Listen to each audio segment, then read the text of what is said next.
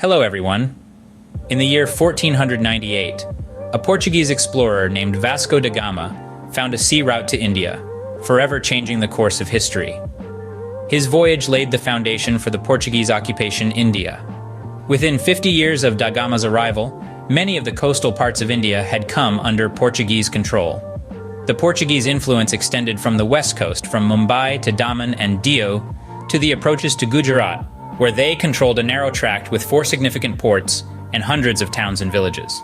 Folks, before we delve deeper into the fascinating history of Portuguese influence in India, we'd like to remind you to support our channel. If you're enjoying our content, please take a moment to hit that like button, share this video with your history buff friends, and don't forget to subscribe so you won't miss our future explorations into the past.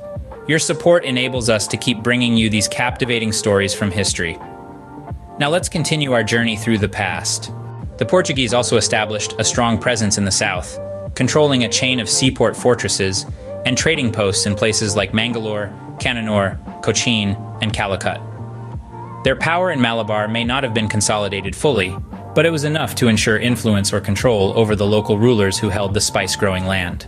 The Portuguese didn't stop there. They further established military posts and settlements on the east coast at Santom in Chennai and Nagapattinam in Tamil Nadu.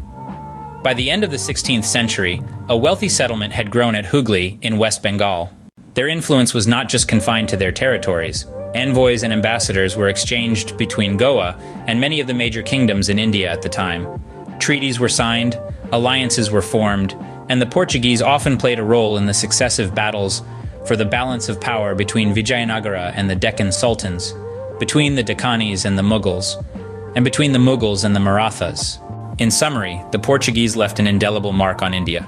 Their influence was not just political or territorial, but also cultural.